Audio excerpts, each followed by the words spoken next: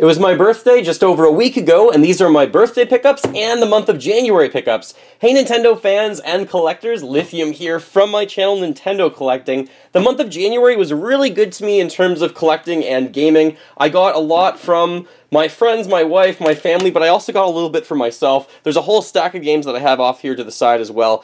First thing though, I have been after a Super Bomberman Party Pack. This is known as one of the big box Super Nintendo games. I've been after this for over a decade. Comment below, is there any game you've been trying to get or collect for forever it seems? I was finally able to get my hands on this. I'm really excited with this. I got this from Matt and Evan, who run a store in Toronto, Ontario, Canada. It's called Retro Game Bros. So thank you so much for hooking me up with this. Same with Gord, one of the friends of the store. But really, Matt and Evan, they're good guys. They know a lot about Nintendo. They know a lot about video gaming in general. And they're just really helpful. So check out their store if you're ever in Toronto. You can say, hey, Nintendo Collecting sent me.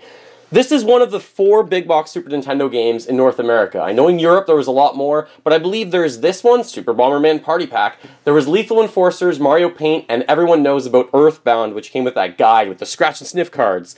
So why is this one in a big package? This one comes with a super multi-tap, and that's what was really desirable. The big box, it's cardboard, a lot of those are collectible now, but the fact that this comes with this super multi-tap. It's made by Hudson Soft, I can tell with that little B right there, and we have the game here as well, and the manual. The manual, the one that I have is not in color. I'm not sure if this was added in at some point. Maybe there's a color one out there, I might want to upgrade this. You can comment below if you know about that. But I was so happy to get this complete in box. It's so hard to find. And where their store is kind of close to where I live locally in the Greater Toronto area in Canada. So thank you so much again. If you're interested in their store or checking it out, I'll put a link in the description below the video so you can actually get access to them. Again, Matt and Evan, thank you so much, and they're from Retro Game Bros. The next thing that I got from one of my own bros was this boxed Zapper gun for the NES. This is from Jordan, who's my best man at my wedding. He's also my best friend. He's recently really got the collecting bug, and he's trying to get all the Zelda games complete in box and some other stuff too. So it's been really fun collecting with him and going around to gaming stores. I should probably update you guys about that because that's pretty wicked. So this is a box Zapper gun, as I said. I never had the box for this. Of course, I already had the Zapper gun. I have the gray and the orange gun, but now I have it boxed, which I've never had before. This one isn't that expensive, but it's really neat to have that in my collection. He was really nice. He actually spoiled me. So one of the other things he got me was this Loot Goblin Amiibo. I believe these were available at EB Games in Canada or GameStop in the United States. Maybe they were available worldwide. I don't know. Again, you can comment below. But this is one of the rare Amiibos right now. It's sold out pretty much instantly. Thank you so much for going out of your way, Jordan, to get me this because this was really hard to find and I missed out when it first came in store. Made by Blizzard on a Nintendo system. That just seems so weird to say. I'm just going to stick with what Jordan got me because he really spoiled me. For Christmas, I gave him a boxed NES and some other stuff, and he gave me for my birthday a ton of stuff and something for Christmas too. This is Street Fighter 2 Turbo Edition. I have the boxed and manual for this one, but I don't have the cartridge yet, so he was out and he found this one. Thank you so much for getting that to complete my set of that. Also, I'm not sure what's better right now, trying to get just cartridges only and then get the boxes and manuals later, or to buy them complete right away. I think one of my collecting tips way back when I mentioned, if you're going to collect things, try and collect them once, try and collect them right, the way that you want them. If you want them box complete in good shape, buy them the first time like that, because shipping's a lot, import fees are a lot. So I'm not really sure. I've been collecting with Jordan a lot recently, and I've been finding that I'm not even sure what's the best way to save money or to try and get it the best possible deal for a really good condition item.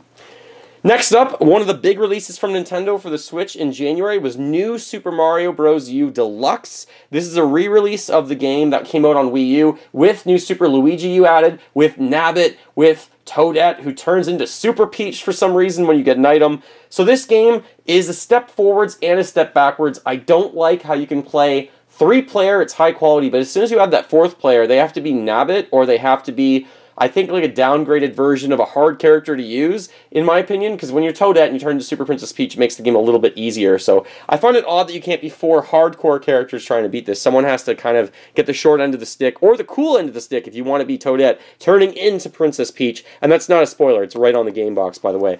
Great game, don't know if it's worth the full price, but you do get 2 games for the price of 1, and it's fantastic that Nintendo is going back to some of the games that didn't sell that well on the Wii U and re-bring them back out. I get it, I understand it, I'm just not sure it's worth full price. Next up, this is Mario Teaches Typing 2, a fun and innovative approach to learning essential typing skills. This is for the PC.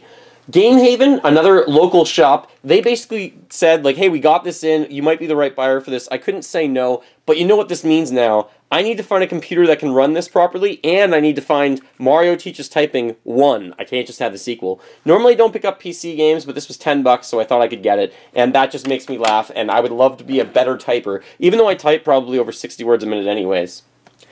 I also decided to buy the $14.99. This was when I was in the States, actually, so I think I've had this for a few months, I just haven't mentioned it. This is the red nunchuck controller. This one was not released in North America other than in the Mario 30th Anniversary box set for the Wii, I believe. So I decided to get that.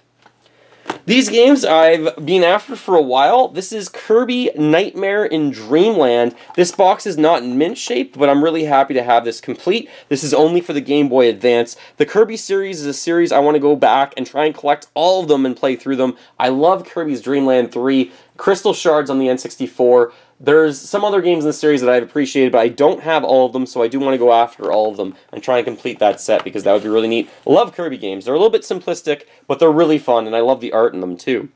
Super Mario Bros. 3, this is Super Mario Advance 4. I already have the first 3, but I don't have this one. This one does come including the bonus level card inside. See back for details or anything like that. You can also link this game up to other ones with the e-reader. You can use the cards and scan them. I don't have an e-reader yet, but I'm going to be after one because I have a game coming in the mail that I'm really excited about, but I do need an e-reader, so I've got to find one of those. So this completes my Super Mario Advance games from 1 through 4, so now I have all of those, which is pretty exciting. That one I think I got for like $20 or something. They're not that expensive, but just finding them for $20 is my price range, and this one's a pretty good deal. Next up is Mario Party Advance. This is Mario Party on the go. I think it's the first time that Mario Party was handheld. I think this one came out before any of the other ones for handhelds anyways, before Mario Party DS, of course. And again, I'm going after all the Mario Party games, so I'm trying to complete that collection. Once I realized I was really close, I already had Mario Party 1 through 10. Super Mario Party just came out, and that inspired me to get this one. Comment below, is this a good game? Is this worth me playing? I'm not that sure. I kind of want to play it, but is this multiplayer or not? It must be multiplayer because, yeah, it has to be multiplayer. It's a Mario Party game. Of course it is. So you do use the GBA link cable, which I have a few of those. So that's a wicked game, too. And just because it was a really good deal, oh yeah, this one I bought for, I think, just less than $30. That was a good price, in my opinion.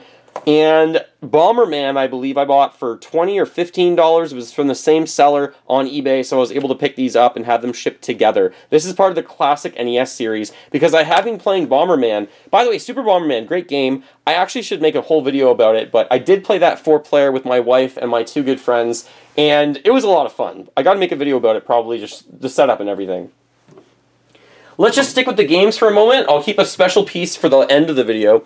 I picked up Animal Crossing Wild World, another series I'm trying to complete.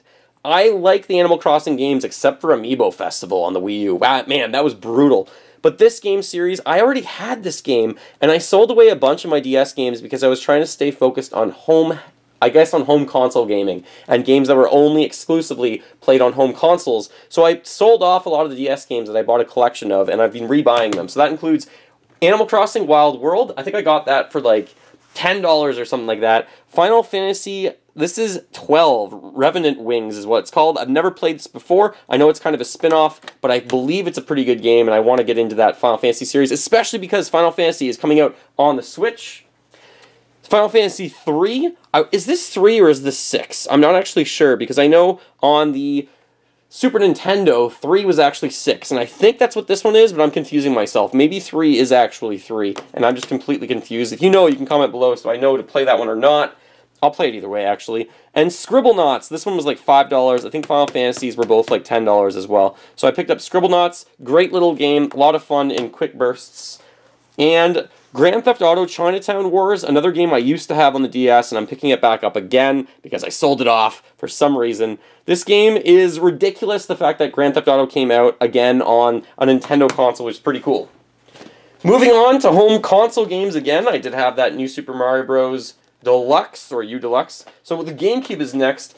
One of my friends swears by this game. Kevin swears by Crash Nitro Kart. This is a racing game featuring Crash Bandicoot. That game, the I guess the Crash Bandicoot trilogy came out on the Switch, so that inspired me to pick this up. This one, as you can see, was $10, a really good deal, I thought, so why not get this one?